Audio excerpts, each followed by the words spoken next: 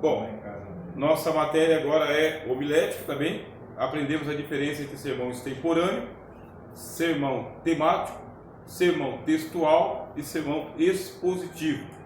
O que a gente vai falar agora? Vamos falar sobre a introdução. Como a gente lê aqui, ó. Introdução é a ação de colocar, de fazer entrar, tá bem? Essa é a ação. Introdução é colocar para dentro. Traga para dentro. A introdução é sim a primeira parte de todo tipo de sermão. Cuidado que a gente deve ter na introdução. Não deve ser longa. Bem? Não deve ser longa. Você é um pregador ou uma pregadora. Você tem que cronometrar o seu tempo. Vai pensando. O povo já está sentado há 1h30. Canta, canta, canta, minha gente. Ora, levanta, fala com teu irmão. Criança chorando. Sabe? É uma situação. Aí você recebeu lá no final do culto para você pregar. Alguém diz, graças a Deus chegou a hora da palavra, né? E outros diziam, não via a hora de chegar a hora da palavra. Então você agora vai pegar um auditório que pode não estar tão disposto assim a ouvir a mensagem na totalidade. Por isso, vai fazer a introdução, faça uma introdução curta. Cuidado com aquela excessividade de agradecimentos, né? Ao Pai, ao Filho, ao Espírito Santo, ao pastor presidente, ao vice-presidente, ao dono da Conamad, Toma cuidado com aquele pessoal todinho, aquela lista gigantesca. Ninguém quer saber. Falando cru para vocês, eu não quero saber. Nem eu. Então, abra a Bíblia, leia o texto, agradeça a Deus, agradeça ao pastor e entra na palavra, pelo amor de Deus. Eu quero ir embora. Só isso. É um consenso tão grande. Um consenso tão grande. É que ainda faz. Isso, a gente aprende isso aí direto, mas eles continuam rasgando cedo. Não vou embora. E não precisa, porque esse pessoal já recebe tanto elogio, mas tanto elogio, tanta gabaritação, mas tanto aplauso que não precisa mais. Todo mundo aplaude eles. Todo mundo. Não seja deseducado, não seja deselegante, mas também não seja maçante. A introdução é chamada de introdução. Tapete vermelho. O tapete vermelho não pode ocupar todo o espaço do sermão. 15 minutos, irmãos, não é introdução. E quando o pregador ainda inventa de falar, irmãos, eu estou só no começo da mensagem, eu quero levantar e ir embora. Só não posso só tanto fazer isso porque meu carro fica aqui atrás, né? Aí eu tenho que ficar. Mas quando ele já pregou 20 minutos, que ele fala, irmão, eu estou só no começo da mensagem, né? Agora vamos começar a pregação, eu já sei que, não vou conseguir dormir. E quando fala que vai cantar o hino primeiro? Então, hino primeiro, isso aí isso é um verdadeiro desaforo, irmãos. Porque todo mundo já cantou. E se você foi chamado para pregar, pelo amor de Deus, prega, pelo amor de Deus. Faça a gente feliz, sabe? Canta no final, quando todo mundo estiver de pé, sabe? Canta no final. Se for chamado para cantar também. Se não for chamado para cantar, não canta. A gente está precisando de pregadores. Cantor tem bastante, departamento tem bastante, sabe? Gravadoras tem bastante, talentosos bastante, a gente sabe disso aí. Na nossa Fábrica Cristã tem mais de 600 hinos. 75% do culto é utilizado para louvores de todo mundo com todo mundo. E o pregador ainda quer cantar, meu. Não é um desaforo? Então vamos estabelecer o seguinte, na sua meia hora você faz o que você quiser, mas não passa de meia hora. Não, mas ele pega e ele usa, sabe? A meia hora dele mais a minha meia hora. Eu não acho certo isso, ele fazer isso. Não é certo. Usa só meia hora, não usa meia hora do povo, não, tá? Deixa o pessoal ir para casa, ir para a cantina, tá bom? Ir mais cedo para dormir, tá? Ir para o shopping. Deixa o pessoal. Então é uma dica. Introdução. O que você vai fazer com a introdução? Na introdução você vai apresentar o tema que você vai trabalhar, o texto que você vai trabalhar e o assunto que vai ser dito ali. É isso que você vai fazer na introdução. Então, uma praxe que eu passo para os irmãos. Agradeça a Deus. Tá? Isso aí é a piedade que você tem. Agradeça ao pastor da igreja. Procura saber quem que é o pastor da igreja antes de você foi convidado. Não sabe quem é o pastor? Pergunta para alguém quem é o pastor da igreja. Normal. Bem? Não tem boa memória? Anota o nome dele. Bem? E o anfitrião, que é a pessoa que te convidou. Esses três aqui você agradece e pronto. Já fez a sua parte. Tá bom? Já faz a sua parte. Convido os irmãos para fazer a leitura do texto. Faça a leitura do texto. Observa. Oh, meu Deus abençoe. Obrigado.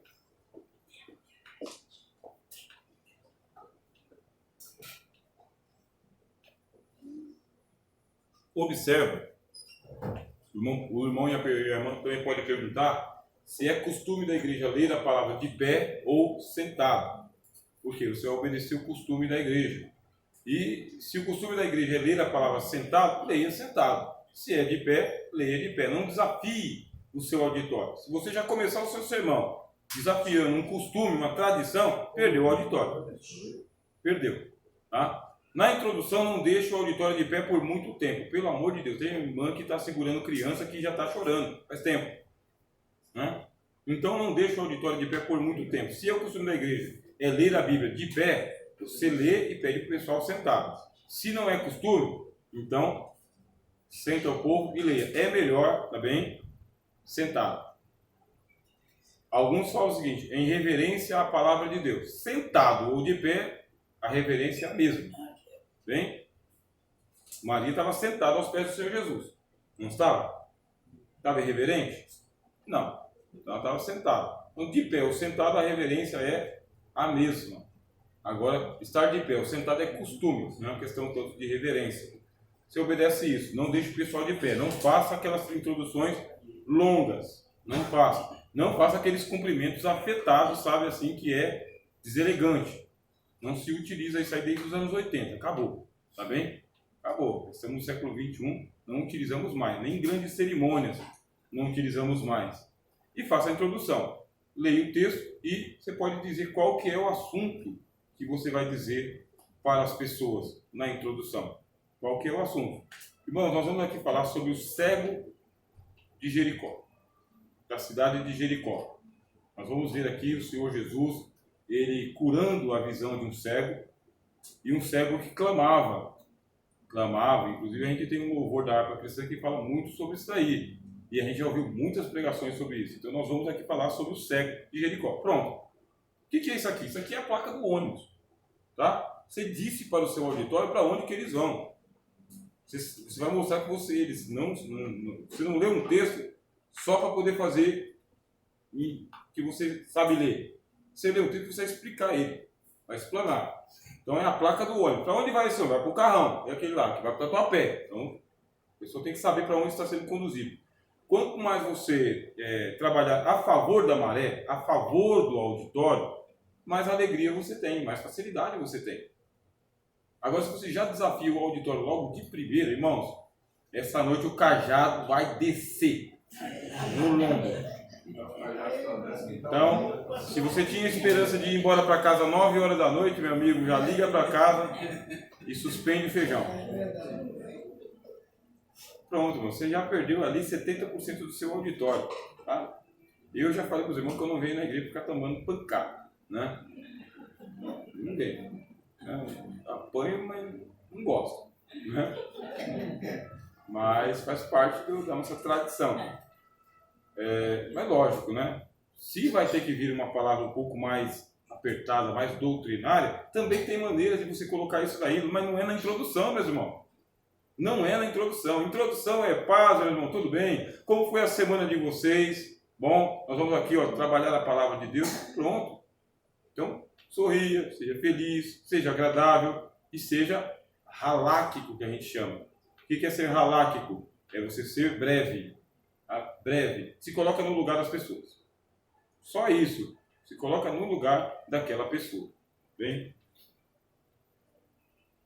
Quando a gente vai trabalhar qualquer tipo de mensagem, você vai trabalhar com a parte lógica do ser humano. Primeiro, todo sermão tem uma lógica. Começo, meio e fim. Escrito em português. Português aí está corrigido. Nossas Bíblias não têm erros de grafia. Antigamente tinha muito erro de grafia. Isso aí foi corrigido. As Bíblias que estão saindo agora não tem erro de grafia, nem de ortografia, nem de gramática. Está em bom português. Já que está em bom português, você vai utilizar aquilo que você tem de melhor. Ó. Raciocínio lógico. Qual que é o raciocínio lógico? Tem alguma coisa acontecendo dentro desse texto. Naamã foi curado da lepra. Pronto, isso aqui é a lógica. Qual que é a lógica? É cura. É cura. A lógica do texto está mostrando uma cura milagrosa, né? Um sinal. Como que foi operado? Quando foi operado? Quem foi? De que maneira? Tem uma lógica. Se você utiliza isso aqui a seu favor, é pegar os dois remos, colocar no barco, colocar ele a favor da maré e ir embora.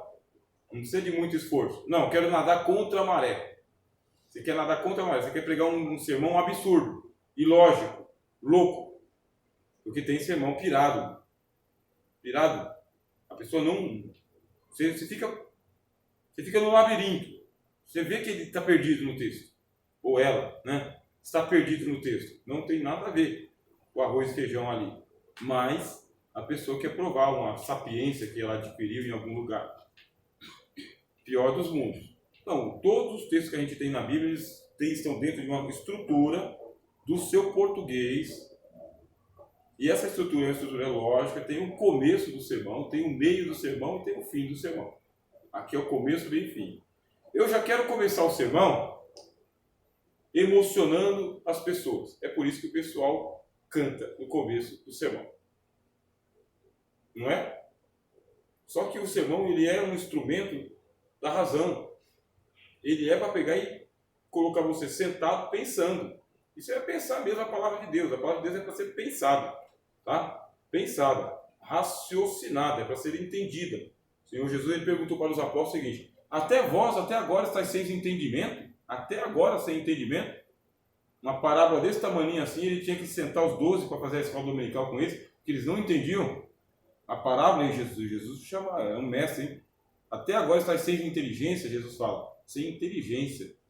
Se não entendeis essas parábolas, como entendereis a demais? Tomou-lhe uma. Por quê? Ouve, mas não entende. O que você vai fazer? O povo sentou, você coloca o pessoal para ouvir você. Eles têm que te ouvir. Tá? Te ouvir. O pessoal já começa cantando. Começa cantando ou para ganhar tempo para motivar as pessoas. Tem um lugar da emoção na pregação também. Tá? Tem um momento da emoção no sermão também. Mas ele não é um sermão emotivo. Não é para as pessoas tomarem decisões com base nas suas emoções. É para cair em si. É para sair batendo no peito, pensando na vida, né? O que eu vou fazer, o que eu estou fazendo, né? O que eu estou deixando de fazer. Ele é bem apelativo para o seu raciocínio mesmo. E raciocínio lógico. Por isso que a gente tem que tomar cuidado com aqueles testemunhos absurdo. Da perua que andou sem motor. Absurdo.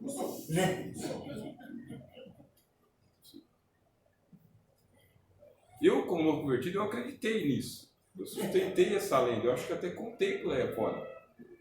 Dos bandidos que abordaram um irmão, que fizeram o irmão dar a partida na perua, que a perua rodou São Paulo inteiro sem gasolina e sem motor.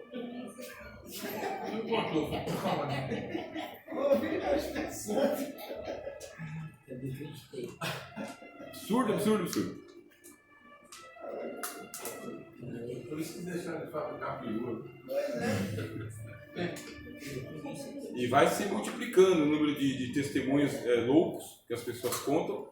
E quando você vai para um texto bíblico, então você vai pegar o texto bíblico, você já foge do absurdo das lendas, só para você trabalhar o texto. E você vai perceber que mesmo nos milagres que o Senhor Jesus opera, existe uma lógica ali. Pode ver. Pega o cego, leva o cego, olha a lógica do texto. Né? O camarada está cego. Pega o cego, leva para fora da cidade, quer dizer que ele vai conduzindo o cego. Aí depois ele pega e ele coloca lá as mãos e pergunta para o homem: o que você está vendo? E ele diz: estou vendo árvores andando. Homens como árvores andando. Não está curado ainda. Impõe as mãos de novo e aí via perfeitamente. Tem uma lógica. Dá para você trabalhar esse sermão de uma maneira linda. Por que Jesus tira o cego do meio da multidão? Por que ele cura em 2 etapas? O único milagre que o Senhor Jesus curou em 2 etapas. Você pode aplicar isso aí na vida das pessoas que estão necessitando de um sinal de Deus e o sinal está vindo, sabe, lentamente, sabe, bem processualmente, sabe, quase não chega. E pode explicar isso aí para as pessoas também. E por que tira do meio da parentela de todo mundo? Por causa que o sinal não é para ser espetáculo para o mundo. é para ser para a pessoa. Todo sinal que Deus opera é para você. Se você não quiser contar o testemunho, não anula a bênção. É mentira. Tá? Mentira. Se disser para você, irmão, você tem que contar a bênção, porque senão você perde. É mentira isso aí, não é verdade.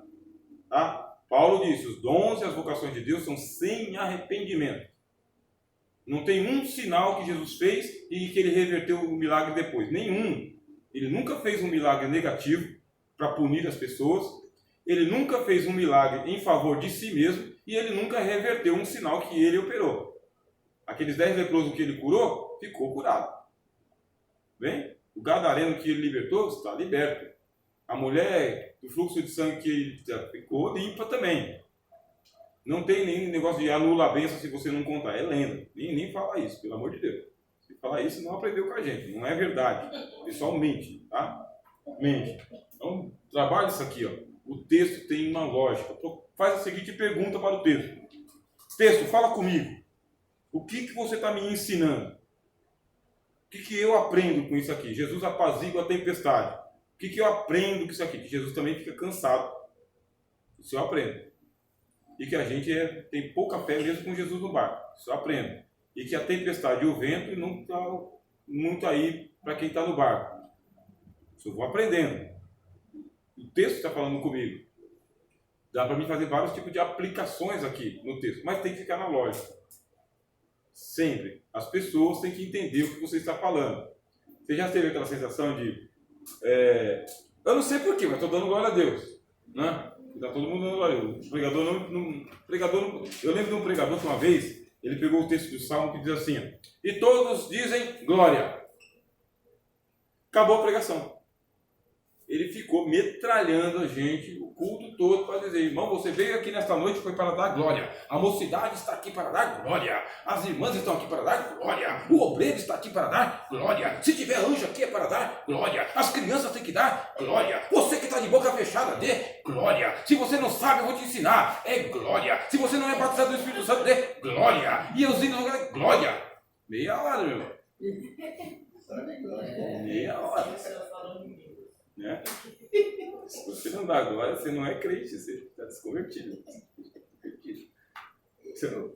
Eu tenho um pastor amigo que ele falou, rapaz, uma vez um jovem inventou de pregar sobre o canto do galo. O canto do galo. Por que o galo cantou? Que horas o galo cantou? Quando o galo cantou? Para quem o galo cantou? O que é o canto do galo? Ficou falando sobre o canto do galo.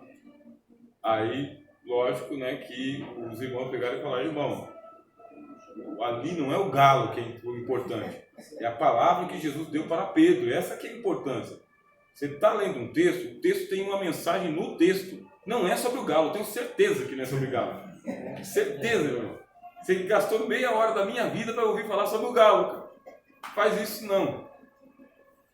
O outro quis falar sobre a importância do jumentinho que levou Jesus para Jerusalém, né? Que se fosse nos dias de hoje era uma Ferrari, porque o jumentinho era uma BMW das antigas. E que o jumentinho se sentia muito orgulhoso de ele ser um jumento profetizado em Zacarias. Mas a cena, a lógica do texto não é o jumento.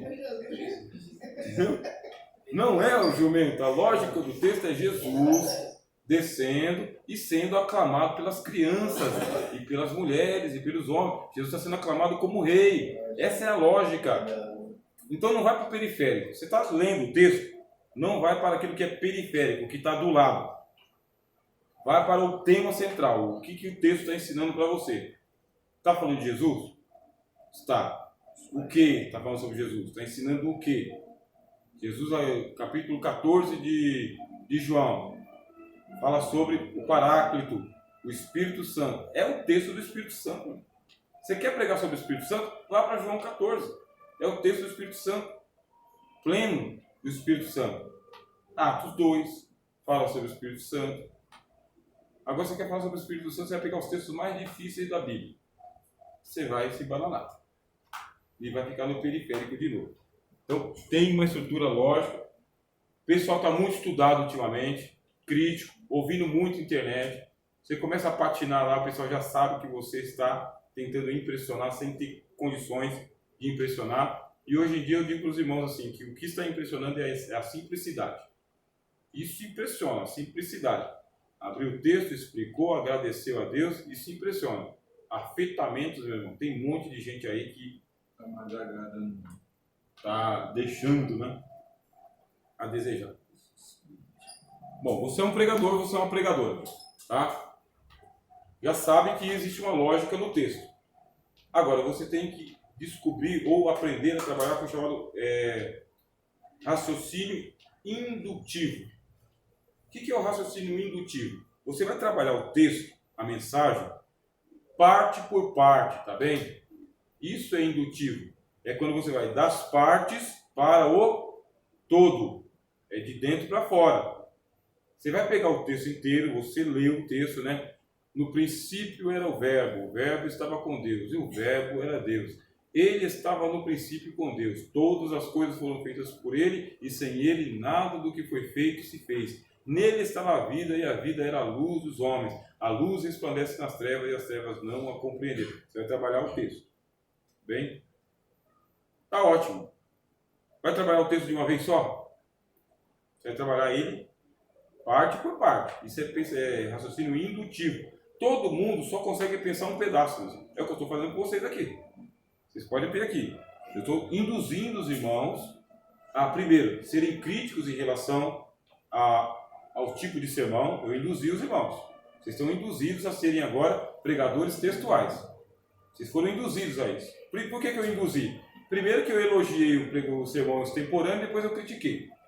Segundo que eu não dei muito elogio para o sermão temático. Terceiro que o sermão aquele sermão expositivo é muito difícil. Qual que eu valorizei? Textual. Até agora eu estou falando o quê?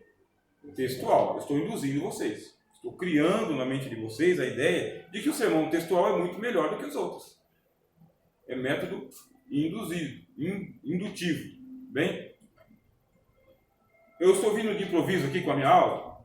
Também não. Então minha aula não está de improviso. Vocês vão pegar aqui, ó, tá tudo trabalhado nos slides que eu memorizei, a fala, o que eu tenho que falar, em cada um deles aqui, não está nada escrito, e eu estou induzindo os irmãos. O que eu estou fazendo? Trabalhando parte por parte, não é? Veja a lógica que tem aqui, na preparação. A lógica. Tema da nossa matéria de hoje. Preparando sermões. Eu fugi do tema até agora? Não. Então os irmãos estão satisfeitos. Não estou falando de outra coisa. Olha aqui, ó. A mente agradece. Eu sei que tem um ponto 1. Se tem um ponto 1, deve ter o ponto 2. Tem um ponto 2? Tem. Tem um vermelho aqui? Tem. Tem algum destaque. Tem um ponto 3? Sim. Vocês estão sendo induzidos, ó. Induzido é pegado pela mão. Eles estão sendo levados. Já sabem que existem 4 tipos de sermões. E dos 4 tipos de sermões, nós temos aí um privilégio dado para o texto. Você vai errar menos, tá? Doutrinariamente. Que todo sermão tem a introdução, que a introdução não pode ser maçante, longa.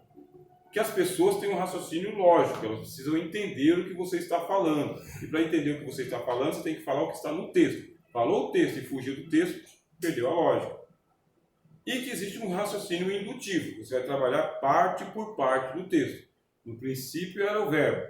Pronto, trabalha a palavra. No princípio era o verbo. Divide o versículo. E o verbo estava com Deus, segunda parte. E o verbo era Deus, 3 partes. Um versículo você tem 3 partes para você explicar. 40 minutos. É pouco. Bem? É pouco. Falar sobre o que é o princípio.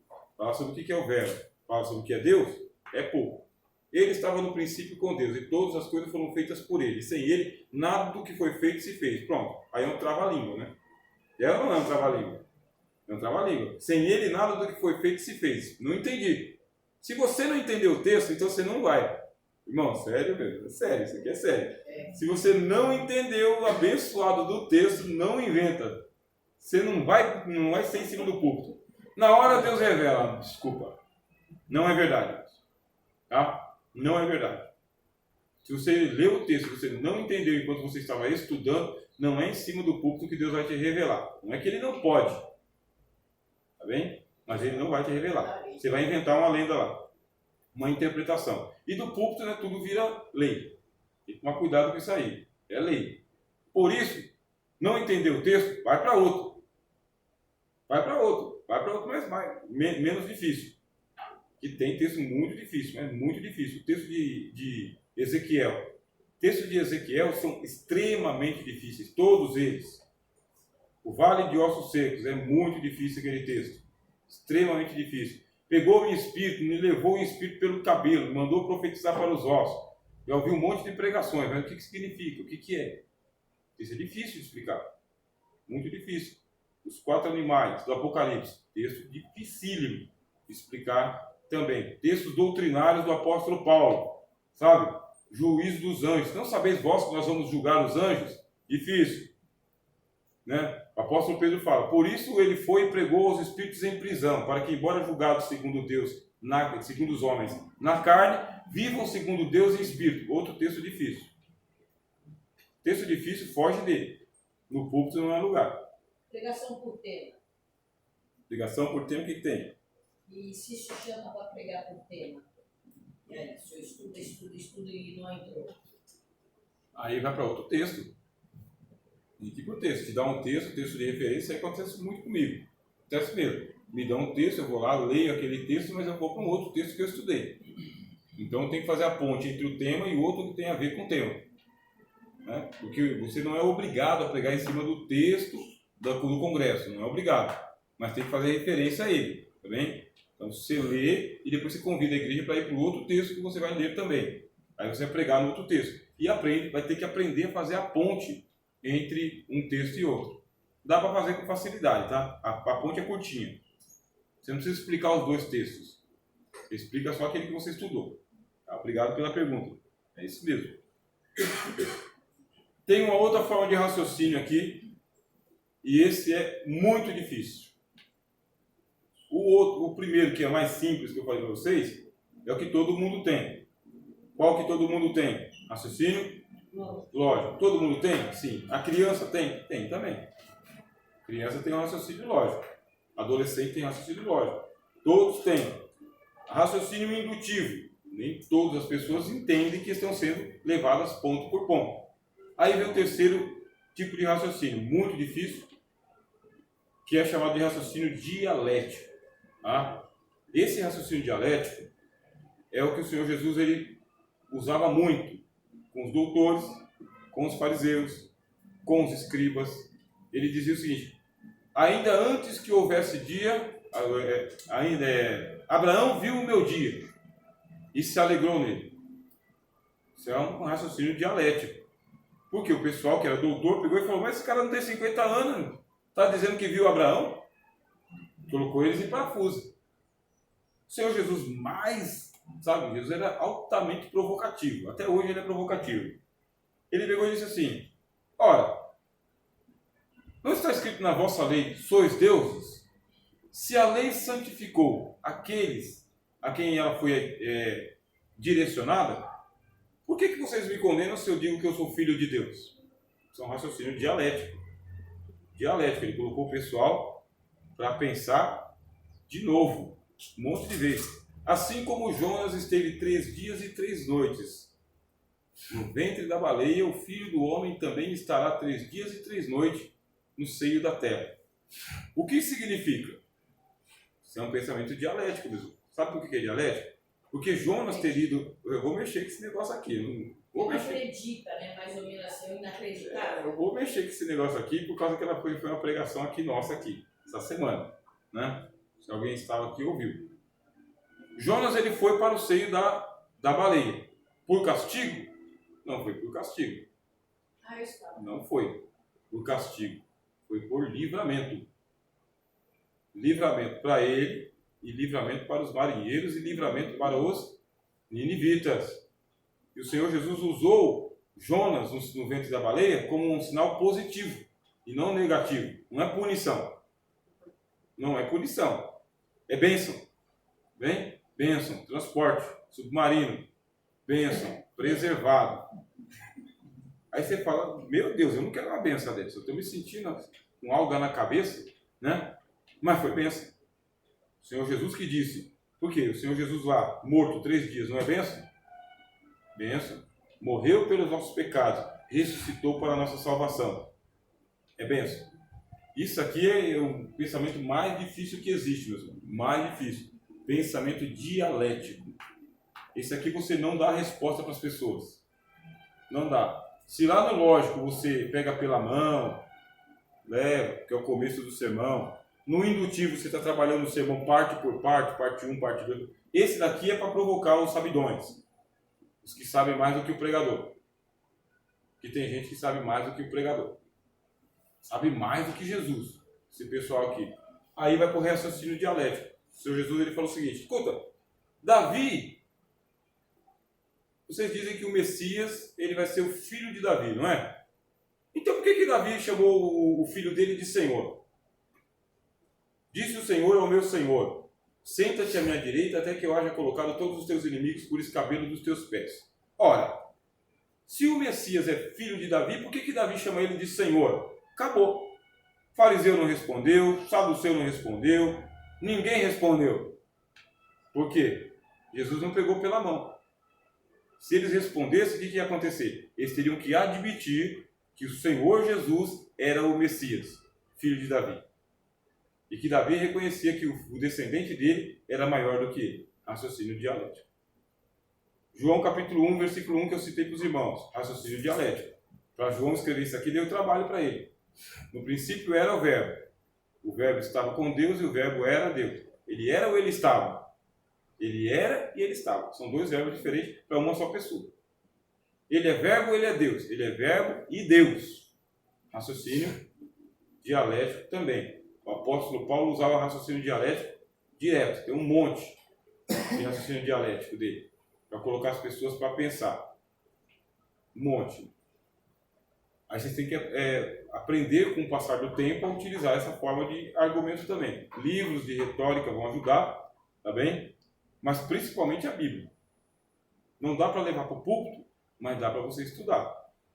É aquelas passagens que o Senhor Jesus confunde mesmo. Tá? E o Senhor Jesus ele dizia o quê? Por que temeis, homens de pouca fé? Senhor, o barco está balançando. É um raciocínio dialético? Sim. Ele está dizendo o quê? Você não pode temer nem mesmo a tempestade. Aí você vai lembrar daquele texto que diz: se as suas forças forem poucas, né? No dia da tribulação. Não quer? Não lembro. Se te mostrares fraco no dia da tua angústia, né? Pouca será a tua força. Obrigado. Né? Pifou aqui, ó. Obrigado. Melhor serem dois do que um, né? Tem melhor paga do seu serviço. Obrigado. Tá bom? Vou fazer aqui uma pausa para os irmãos, aí a gente já vai para a última parte.